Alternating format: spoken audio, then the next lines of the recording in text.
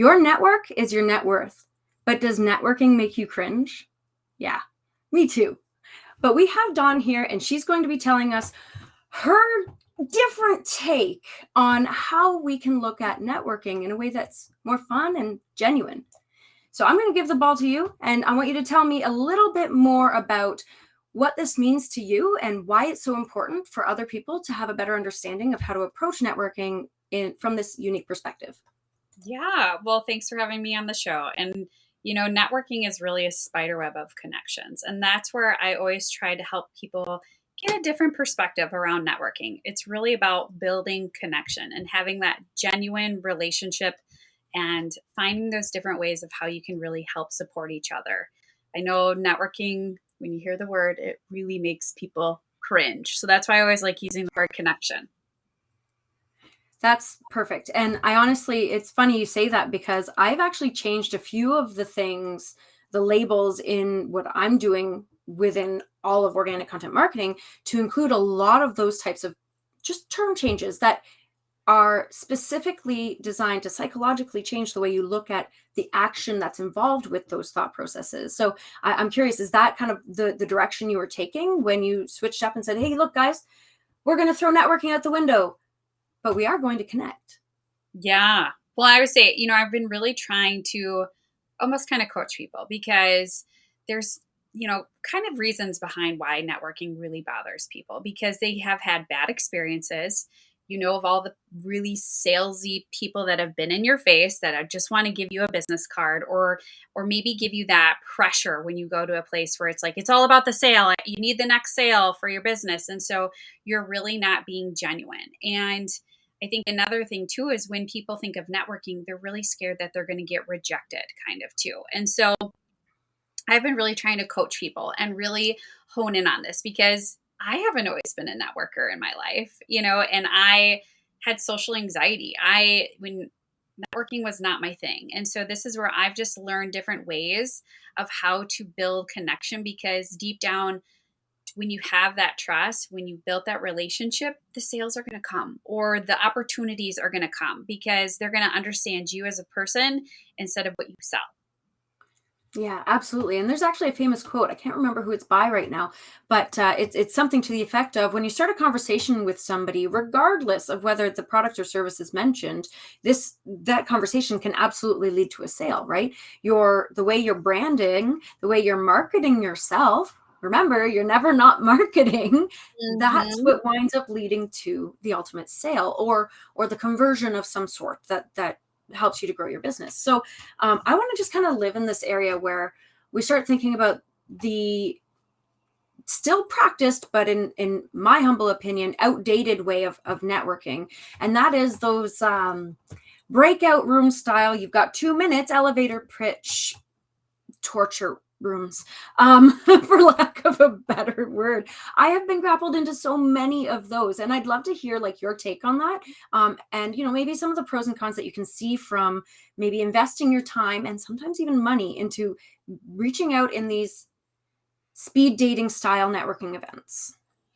Yeah, I would say, well, I even think of before COVID, everything was Mm. in person. Everything was, you go into an event and it was like, ugh, so many people, they're already clumped together. It was like they were already in their own little breakout rooms.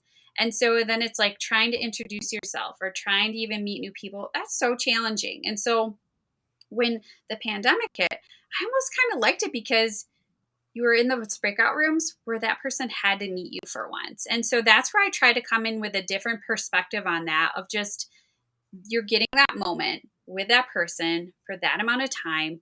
It's not about what I sell, but just like having those different things where you can have a conversation and having questions to ask people to really understand like what are they passionate about? What do they do even outside of work? What commonalities do we have? And that's where, I try to come with a different perspective or mindset about that. And that's where I try and influence other people too. If like there's some great pros, of course there's cons too at times with going to those different events, but just think how many new people you can meet outside of just even your community or why it's worth that time and energy to go to those events. And I think finding the people that Like, this is where me, I love holding space for people and making them feel comfortable. And it's not about what they sell. It's about finding those commonalities with the people and being genuine. And so that's where even during COVID, I started hosting a bunch of navigate or networking events because I wanted to hold space for people to connect, to collaborate. And I continuously have been doing that now. We're even in person. And sometimes you need to invest money in that. And not everything's for free. And I think sometimes, too, even for myself, it's been a shift of actually charging people to come to an event now. And it sometimes holds those people accountable and they're investing that time and that energy into it. And they're not just there for the free opportunity to throw their business card or to make all the connections with people or add them to the list or their marketing email. Like, it's about having that opportunity to actually get that human interaction, whether behind a screen or in person. Yeah, Does that make absolutely. sense? So what I'm hearing is that regardless of, because we're talking about making these genuine connections, and a lot of times people will disassociate that with the quick breakout room style networking events. But what I'm hearing, and correct me if I'm wrong, is that like those events versus coffee chats versus more in-depth summits, or depending on, no matter whether it's this short intro to these long in-depth introductions, what you give and take from that is completely dependent on you and your intention and that what you bring to it. So if you Mhm. have a one-on-one 2 minutes and they say give your elevator pitch, perhaps you don't do that. Yeah. I would Perhaps you say do something different. What do does that something look like? different. Yeah, I would say, I think that's the one thing that so many people have been taught to have that elevator pitch, which maybe certain scenarios it works. But for me, it's like I don't want to hear your pitch. And so many other people are probably like that too. I want to hear why do you love working there? Or why are you so passionate about what you do? Or what are you intrigued with? Like what interests you? I want to know that more than what your pitch is. Yes, you can I just don't like that because it's so fake and it's not authentic. And that's the part where I go into these scenarios of being open-minded and not having it something that I'm memorizing. I'm going into it, I'm feeling the energy. I'm seeing what opportunities there may be that oops, what I just happened on my screen. Anyways, that I can really show up as me and feed off of the other people instead of the other way around where it's the old school way of things. It's like getting back to the basics of things and building a relationship with people and trying to build that trust. Um, and maybe that's just some of my trainings, but I feel that there's, the sales process, yes, the elevator pitches, there's the marketing, there's that in between too of just building connection. And that's where the sales will come or the things that you can market to them because you're going to be top of mind. Yeah, absolutely. And there was something interesting that you said about feeding off of them, like instead of you presenting whatever and them presenting and just letting it be, and you were saying you would feed off of them. But I'm going to argue, and it's Yeah. not an argument because I feel like we're kind of resonating the same way. They're going to feed off of you, right? This is really pivotal when it comes to showing up and marketing yourself, because those networking events are an opportunity to market yourself. That's all that is. Um, and how you market, you're never not marketing. I can't say this enough. You're never not marketing. So when you're showing up for yourself in a networking situation whereby you are marketing yourself, you want to make sure that you're contagious. You Yeah. want to make sure that you're memorable. And if you're doing the exact same thing as everyone else, well, is that memorable? Yeah. Probably not. But if you take Dawn's approach and you're like, oh, you know what? I'm going to show up as uniquely me, and I'm going to ask questions, and I'm going to stay curious, and I'm going to present myself as who I am and what I love. And of course, affiliate that with what you do as well, because it would be foolhardy to go into a business networking event and talk about Picasso if that's not a part of your business. But Mhm. but you want to make sure that you're presenting yourself in a really authentic way, because that gives, not only is that good for you, but it gives permission, not that they need it, but sometimes people feel as though they do, for other people to do the same. So you Yeah. start talking in a certain manner, and so is like, wait, we're allowed to actually say that we're moms? Yeah. We don't have to pretend like we are these otherworldly units away from our family. Who knew? That's mind blowing. Yes. And that's just one circumstance. Yeah, that's just one circumstance, and I think that's where too you'll probably realize there's so many more commonalities that you have with people than you ever got to experience before. I think we're so set in the cookie cutter way of doing things that unfortunately then we're missing the opportunities of where, wow, I think too, it's not always about what you sell, but it's a way for you to find that space to be vulnerable and to speak up, but also hear maybe they have a problem and you have a solution by an introduction that you could give to them or connection. It's not always what you sell, it's about how can you be a resource for them because when you can start becoming that master connector and connecting them to the people that they need to meet or the circles that they need to be a part of for their solution, that brings a big impact. And that's how you're even going to make even more of a memorable moment for them to build that trust because you're kind of helping them get to where they need to be too. That is really cool. I'd love to. So I would love to hear you dive in a little bit more into the idea of being vulnerable and being that resource. Like, what does that look like in more circumstances than just your status quo networking? Like, what does that look like on the day to day? How can we bring more of that into our life and business? Mm, yeah. Well, I would say, it's not being vulnerable by just spilling all of your beans of here's all my challenges. This is what's bothering me. And, I think um a lot of our internal judge too will sometimes kick in of like you can't be too vulnerable to say what you're challenged with Mhm. because then that interpreting for them like ooh maybe they really don't know their business well. I think there's a fine line to showing up as your true authentic self and to know too we're all humans. There's always some kind of challenge or there's always some kind of piece of a project that maybe we're trying to work on or a thing that we're even working on for a client that, hey, what kind of perspective could you get from that person? Or maybe it's not a solution, but maybe it's advice or wealth knowledge transfer. Because I think that's the thing where so many of us are thinking like being vulnerable means, you know, telling all of my challenges. No, it's like this is what I'm currently seeing with my clients. Are you seeing this also? You know, this is something that have you thought of this before with your clients, just different perspectives and being curious and seeing how it can be like a lasting relationship where you're always kind of learning and sharing knowledge with each other if that makes sense. It absolutely does, and I'm hearing that with regards to vulnerability in particular, you're saying let's be intentionally vulnerable. We're not Mhm. hanging our dirty laundry, Yeah. right? But rather we're bringing forth, like you say, perspective and transparency in such a way that allows others to feel as though we're all human, because indeed we are. Yeah. All right. No, that's And I really good. love the words that you use there too, the transparency of things, because I feel that sometimes some people are really comfortable of giving and not always the best at receiving, like myself even too, of we're always out there to try and help and give and do things, but sometimes some people love to give back to you also. So I think it opens kind of the door of the giving and taking and figuring out how to really be transparent but also be open-minded with each other um, can go a long way.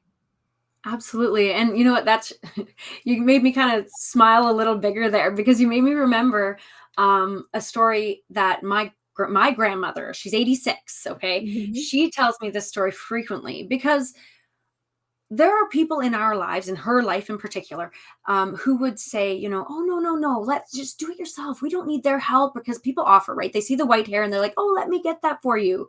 And her sister or her daughter or whoever will say, no, no, we can do it. It's okay. It's okay. And my grandma's over there, let them help. Let them Mm. do that. It makes them feel good. Sure, I can Yes. open the door for myself. Sure, I can carry my groceries to my car, but they feel good to be able to help. So when you give that opportunity, you're actually doing a kindness. And I just thought when you were describing that, it just made me think, yeah, there's, 86-year-old women, wisdom. I guess Wisdom. those two words are synonymous. Are they not? Wisdom, women. Sorry. But coming from you here, just saying, open that door, be transparent, give yourself and others the opportunity to support, because that doesn't always need to be the sale. But when you open the door, it gives the opportunity for the sale. If you close the door right away, well, guess what? You're done. Yeah. Transaction over. That transaction of energy, regardless of any sort of monetary transaction, that transaction of energy is gone anyways, because you close the door. Yeah. And it's automatically closed the door where you can't even ask for what you need sometimes, and I think that's where too, just think of moments where you've had such a salesy person in front of you and how it made you cringe. And that's why we get such a bad interpretation when it comes to networking, because of those bad experiences that we've had. So be mindful of that, of like even conversations that went really well. Why did they go well? Was it because you had a deep connection? You had that honest conversation? You had that opportunity to give or support, but maybe even the opportunity to even ask for what you need too? Because I think that's the part too where a lot of us need to learn how to ask for help or ask for advice or suggestions, because that's not always easy for all of us either. Yeah, absolutely. As I would argue that for most of us, that's a challenge. Yeah. We're very much in this mindset of, it's okay, I got it. I don't want to burden anyone. But understanding that usually it's not a burden. Like when somebody reaches out to me and it's a question that I can answer in like 2 to 5 minutes, I got you. Yeah. Don't worry about it. If it takes longer than 2 to 5 minutes, I'm probably going to ask you to hop on a call. But that's just a matter of let's time is money, guys. Let's get to the point. Let's solve your problem and move forward. So no, that makes a lot of sense. You also said something else that I found really intriguing, and that is wealth knowledge transfer. Mm. Can you tell me a little bit more about that? Because as a philomath, a lover of learning, the idea of pairing knowledge with wealth and then transferring that totally tickles my fancy. Like I went like, I don't know, the pointy-eared dog just whoop. Did somebody say squirrel or walk or treat? That was me. Mm. So let's Yeah. dive into that.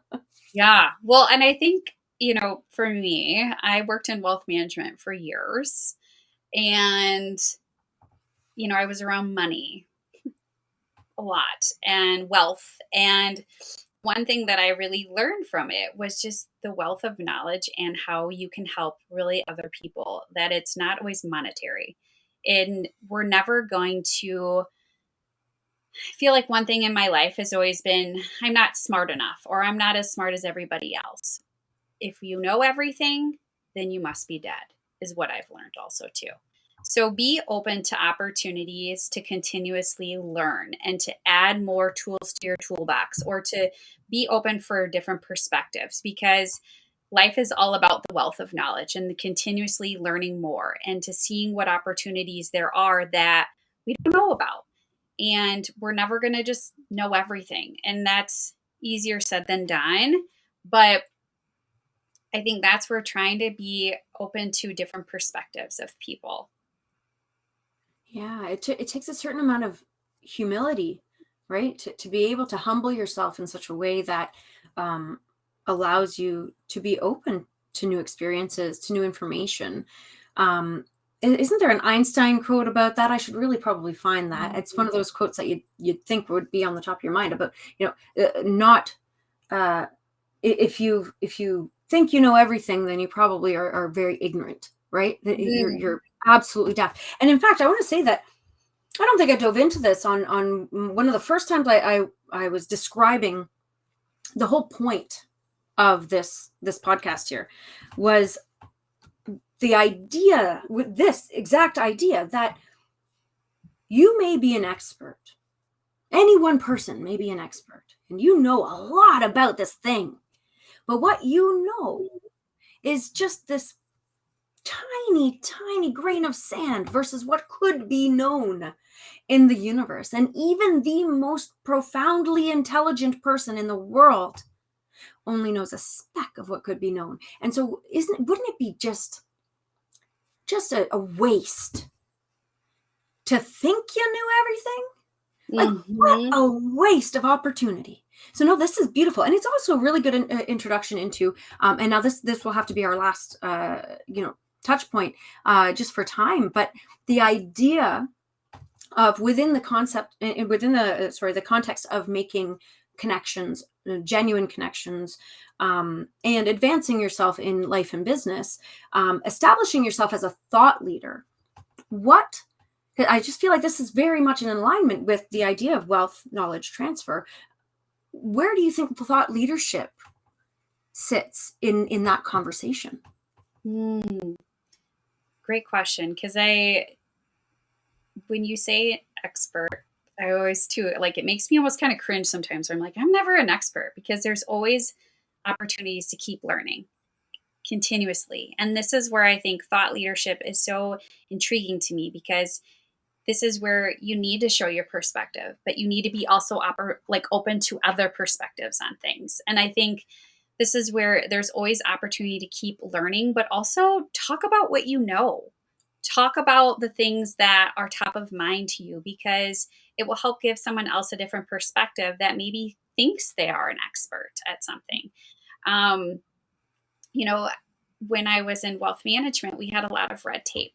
We couldn't talk about a lot of things because, it was what, you couldn't talk anything about wealth. So I always try to give a different perspective. And I was becoming a thought leader and creating my own brand that I didn't even realize back then. And really, what I was just trying to do was to show how important it was to connect, or to be visible, or to talk about different things that didn't have to do with what I sold, which kind of gives a different perspective of that when it comes to thought leadership. But I think, continuously be visible, try new things. It's not about what you sell, but it's giving a different perspective to help other people learn from you. And, be open to continuously learn, even though you're an expert, you think, at times. That brings me so much joy, that last little bit, because my mind was immediately going to this openness of you said share what you know, and then my mind went, and what you don't know. Be okay Yes. to say I don't know, because that gives you the opportunity to learn, because it's giving somebody else the opportunity to share. And I think that's really beautiful, and that's the power of using this unique approach to quote unquote networking or connecting, true authentic connecting, and leveraging that for your personal and professional growth. I think that's Yeah. amazing. Now, because we're reaching time, but I want to ask you, where can people connect with you? Two things. Where can people connect with you? And then also, if you have any final words, some last, maybe profound or maybe just fun and silly thought that's coming into your mind as we close off this conversation. Yeah. Well, I would say connect with me on LinkedIn. I'm all over LinkedIn, or feel free to check out my website, uniqueconnector.com. But really, deep down, like what I said earlier, is networking is all about the spider web of connections. So just think about that, how the spider web, how it weaves, those lines, and how we're all connected in a different way. And you know, deep down, just make those deep connections and be vulnerable. Like we were just saying, get a different perspective from people, be willing to support others and be a resource, and become that master connector to help other people, and not just sell what you're selling, if that makes sense. It makes perfect sense. You have so much to offer, and it blows my mind every time we connect. There's always something new that kind of comes up with regards to, and I have to say, and I'm not sure that I've said this before, but with regards to that word that you've said so many times now, is perspective. And Mhm. that right there, it in my view so far, and my I will be diving deeper into your world every single day, because I have been. But I think that's, if anybody needs an extra push and a shove, for crying out loud, to dive into Dawn's world, it is perspective. You will gain so much perspective. And with that, I'm going to let you blush on your own time. Let's let's wrap it up. I hope you have a great rest of your day, Dawn. This has been an absolute blessing to have you here. Thank you for having me. Loved it. Chat soon. Get ready to dance, because that's what we do here. It's one of my favorite